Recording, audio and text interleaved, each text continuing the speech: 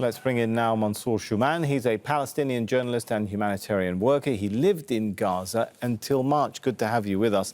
While much of the world is obviously very busy, Mansour, with the statements by Trump, the suffering continues on the ground, right? The actual reality of making life impossible for Palestinians to come back home to their land. That continues. Yeah, I think that's accurate. I think the world has seen that the people in Gaza want to stay there, despite any kind of political, military, lack of resources, pressures. They want to stay. They want to remain steadfast on their land. And right now, one of the biggest opportunities is that they are facing right now is that the lack of clean water in the north, the lack of proper caravans or modular houses or even quality tents. You know, as per the agreement signed, there was supposed to be 600 trucks a day that to come in. 50% of these trucks were supposed to go to the north. Right now, less than 20% goes to the north. And until now... And even that number, I mean, 600 trucks for a population of 2.3 million before the war, that's hardly enough, right? Yes, I agree. To sustain life, let alone rebuild. I agree. This is a good beginning. I think the people in Gaza are seeing that there's enough food, there's enough hygiene products, enough consumables in the market.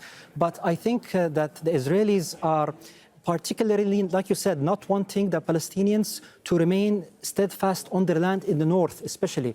That's why we're supposed to have received 60,000 tents and 200,000 caravans. We haven't received any caravans, and we've received less than 1/3 of the tents that were supposed to allocate it for Gaza Strip. Not only that, but...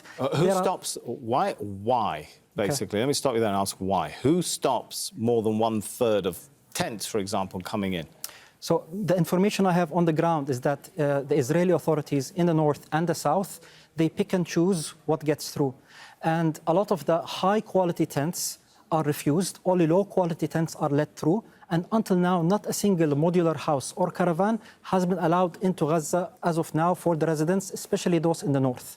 So it's with the Israeli authorities. They're the ones that decide what gets in and what doesn't get in. So the implication being that this keeps the idea of moving, particularly back to the north, a very unstable situation, rather an unviable option.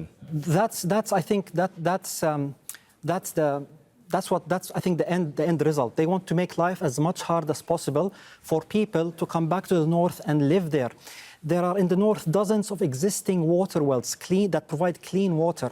But without providing the 50 solar or fuel trucks a day, as agreed in the ceasefire agreement, you will not be able to operate these wells. Right now, less than 40% of those fuel trucks are entering every day, and mostly to the south, not to the north. People in the north and in the south need also a lot of medical equipment, a lot of medications.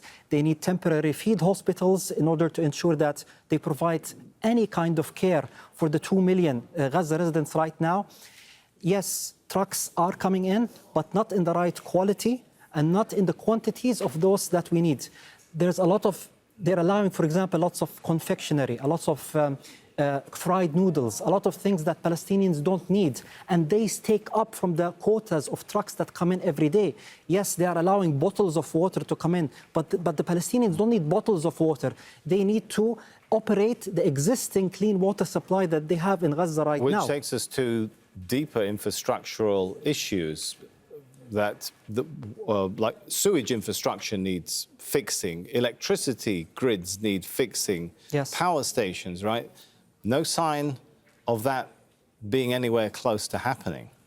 We're hoping that as we're closing in on the end of phase 1 and we enter the phase 2 agreement, hopefully, you know, there will be more focus on rebuilding Gaza, rebuilding its infrastructure. I think the world has seen, alhamdulillah, in Gaza City, they were able to put on the lights in some areas in Gaza City, the street lights on. So Palestinians are very innovative. They're very steadfast in what they want to do, but they need the support of the outside world. They need the support of the different charity organizations. They would like to see a lot more coordination when it comes to how the work is done, by who, when and where. We do not want to see a lot of duplicate efforts, people doing the same thing more than once. And despite the great work that Qatar, Egypt, and Jordan are doing, I think the Palestinians are looking for more international countries to come and help in different sectors, whether it be education, healthcare, residence, food, etc. Thank you so much, Mansour Shuman, for coming and sharing your perspective of what's happening there right on the ground, where you're trying to help as well with the recovery.